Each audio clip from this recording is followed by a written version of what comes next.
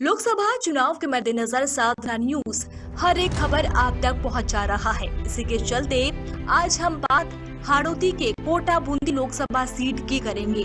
Kota Bundi Lok Sabha seat पर BJP ने लोकसभा अध्यक्ष ओम बिरला को अपना प्रत्याशी बनाया है, तो वहीं कांग्रेस ने बीजेपी छोड़कर कांग्रेस में शामिल हुए प्रहलाद गुंजल को मैदान में उतारा है।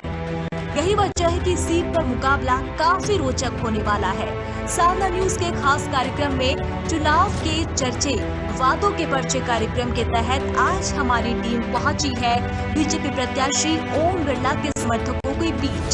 साथ ही हमने ओम बिरला से भी खास बातचीत की।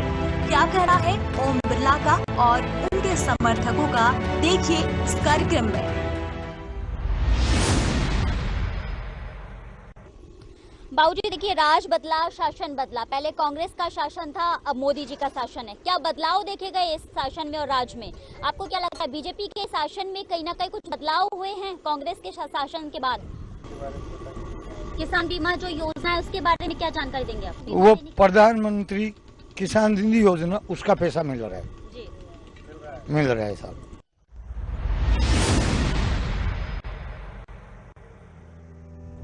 ओम बिरला के जीवन के बारे में बात करें तो साल 2019 लोकसभा चुनाव में बीजेपी के ओम बिरला को 8,51,000 वोट मिले थे, उनकी जीत हुई थी। इसके अलावा कांग्रेस के राम नारायण मीना को 5,20,374 वोट मिले थे। ओम बिरला 3 बार कोटा से विधायक रह चुके हैं। ओम बिरला साल 2014 में 16वीं लोकसभा के चुनाव में पहली बार सांसद बने। 2019 के लोकसभा चुनाव में उनकी दोबारा जीत हुई और वह इसी सीट से दोबारा सांसद बने। फिलहाल वह लोकसभा के अध्यक्ष है। 2003, 2008 और साल 2013 में ओम बिरला कोटा से ही विधायक बने। ओम बिरला को कई समितियों में 2014 की लोकसभा में जगह मिली थी। ओम बिरला प्राक्कलन समिति, याचिका समिति, ऊर्जा संबंधी स्थायी समिति, सलाहकार समिति के सदस्य रहे। ओम बिरला 1992 से 1995 के बीच राष्ट्रीय सहकारी संघ लिमिटेड के उपाध्यक्ष भी रह चुके हैं।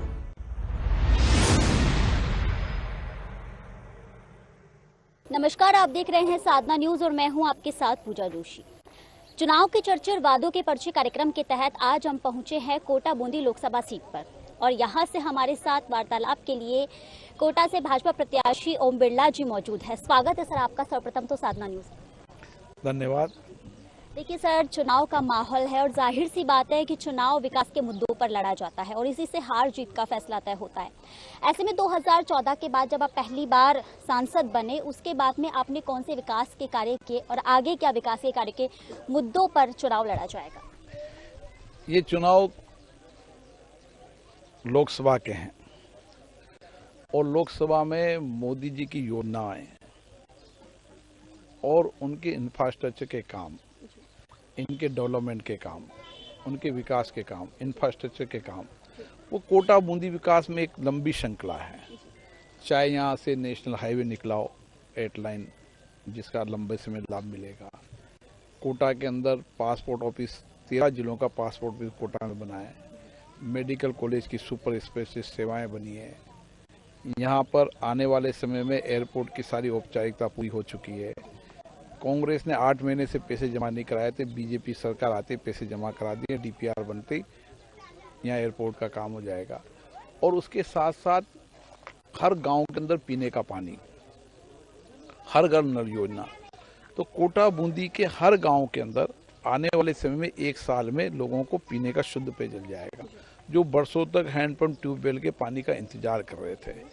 अब चले जाओ गांव-गांव के अंदर, छोटे छोटे इंफ्रास्ट्रक्चर के रूप में एक पंचायत में 1-1 करोड़ रुपए के काम हुए वहाँ, छोटे छोटे इंफ्रास्ट्रक्चर के, जो सांसद कोष से भी हुए हैं लेकिन अन्य संस्थाओं से भी, उसको माडा योजना, ये योजना। और कोटा बूंदी जिले में 56 तालाबों के अमृत सरोवर का 100 करोड़ रुपए के अमृत सरोवर बने हैं, जिससे कि इस अमृत सरोवर से वाटर लेवल भी बढ़ेगा आने समय। तो योजना भविष्य की ये भी है कि जो खेत में पानी नहीं पहुंचा, ERCP योजना के तहत उन खेत को पानी भी पहुंचेगा। GRCP योजना का प्रोजेक्ट जल्दी ही क्लियर हो चुका है, आने वाले समय हो जाएगा। कोटा बूंदी में अब कोई केंद्र की योजनाओं को देखो तो चाहे आपका रेलवे स्टेशन हो, 500 करोड़ के दोनों रेलवे स्टेशन के निर्माण कर रहे हैं। छोटे छोटे जितने भी कोटा के आगे, बूंदी आगे, झालावाड़ के आगे जितने भी रेलवे स्टेशन है उनका पुनर्विकास हुए, ट्रेनों के ठहराव हुए हैं। कुल मिलाकर जो काम केंद्र की योजनाओं के थे वो सारी, चाहे बूंदी का केंद्र विद्यालय हो, सारी योजनाओं का लाभ, चाहे स्पोर्ट्स कॉम्प्लेक्स हो, सारी योजनाएं कोटा के अंदर आई है। एक भी काम ऐसा नहीं है जो अभी नहीं हो पाया, लेकिन विकास तो नियमित है, नियमित चलता रहता है। मोदी जी ने कहा टेलर है पिक्चर, अभी वाकई विकास लगातार प्रक्रिया है। लेकिन अभी कोटा के विकास की जो मांगे हैं वो सारी मांगे जो पेंडेंसी थी वो सब हो गई है। एक भी काम ऐसा नहीं है जो बाकी हो। बिल्कुल सर, परिवर्तन हुआ है, देख सकते हैं बदलाव भी है। विकास के मुद्दों पर हमने बात की तो विकास भी हुए हैं, क्योंकि आप 2 बार सांसद रहे हैं तो जाहिर सी बात है जनता का प्यार आपको मिला है। सर, राजस्थान में भारतीय जनता पार्टी पूरी 25 की 25 सीटें लाने का दावा कर रही है, ला पाएंगे? 25 सीटें आनी हैं, क्योंकि देश मोदी जी को प्रधानमंत्री बनाना चाहता है। जो देश में इंफ्रास्ट्रक्चर में, सामाजिक कल्याण में, अन्य योजनाओं का जो लाभ मिला है, आने वाले समय देश जिस तेजी से विकास की ओर बढ़ रहा है, जिस तेजी से शक्तिशाली हो रहा है, किसी भी गांव में किसी में चले जाओ, हर गांव का व्यक्ति ये कहता है कि मोदी जी से मजबूत प्रधानमंत्री कोई है और पहले ना हुआ है। मोदी जी की गारंटियों की सर हम बात करें, मोदी जी की गारंटियां कितने लोगों के दिलों पर असर करेगी? मोदी जी की गारंटी के प्रति जनता का विश्वास, भरोसा है। मोदी जी की गारंटी मतलब गारंटी होने की पूरी, जो उन्होंने आज तक बोला है उन सब गारंटियों को पूरा किया है। सर, एक सवाल और लास्ट। राहुल गांधी कह रहे हैं कि अगर हमारी सरकार बन जाती है तो हम फटाफट गरीबी को दूर कर देंगे, आप क्या कहेंगे? राहुल गांधी जी कांग्रेस राज करते हुए आज़ादी के बाद 45 साल हो गए, कब से नारा कहते हैं गरीबी हटा देंगे, गरीबी हटे। आज तो गरीबी हटी नहीं। अगर वो गरीबी हटा देते तो 40-45 साल उनका लंबा शासन रहा। ये नारों से, धार्मिक प्रकार से, झूठी बातों से चुनाव लड़ते हैं, इनका कोई आधार नहीं। धन्यवाद।